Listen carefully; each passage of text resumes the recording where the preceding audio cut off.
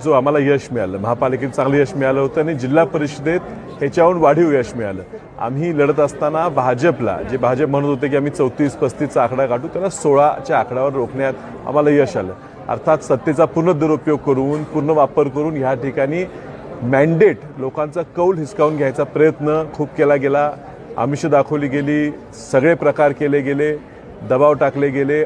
पोलिसांचा वापर करून रात्री जेवणाच्या ठिकाणी जमलेल्या आणि राहत असलेल्या लोकांना सुद्धा त्रास देण्यात आला. आणि ह्या सगळ्यातून आज आमचे सदस्य ह्या ठिकाणी धाडसाने येऊन स्वतः, आम्ही त्या ठिकाणी यायची गरजही नव्हती, मात्र विद्यमान 2 आमदार, माजी खासदार हे ह्या ठिकाणी ह्या प्रक्रियेत हस्तक्षेप करण्यासाठी गॅलरीमध्ये येऊन बसून दबाव टाकून सुद्धा लोक आमच्यावर राहिलेली आहे. आज 34चा आकडा मिळून अध्यक्ष उपाध्यक्ष निवडून आलेले आहेत. आता येणाऱ्या सभापती निवडी त्याच्या पुढच्या काळात हा आकडा वाढत जाणार. आज ह्या ठिकाणी राजाराम बापू ह्या जिल्ह्याचे ज्येष्ठ नेते होते आणि त्यांच्या कुटुंबातले संगीता पाटील ह्या अध्यक्ष झाला, ह्याबद्दल निश्चित आज आम्ही एकत्र काम करतोय.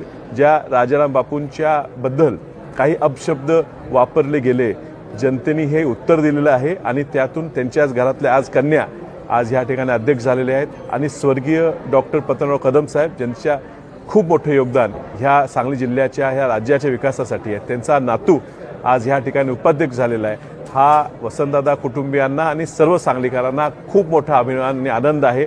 आणि त्यामुळे आता ह्यांच्याकडनं अपेक्षा वाढलेली आहे. निश्चितच जे लागेल ते सहकार्य करून येणाऱ्या दिवसात ह्या सगळ्यांच्या माध्यमातून, ह्या निवडणाऱ्या लोकांच्या माध्यमातून सांगली पुन्हा एकदा अति चांगली करायचा आमचा प्रामाणिक प्रयत्न राहील. थँक्यू. पण एक उल्लेख, अभिजित पाटील तिने एक सदस्य असताना सुद्धा महाविकास आघाडी बरोबर खंबीरपणे उभे राहिले म्हणून त्यांचा विशेष उल्लेख आणि आभार.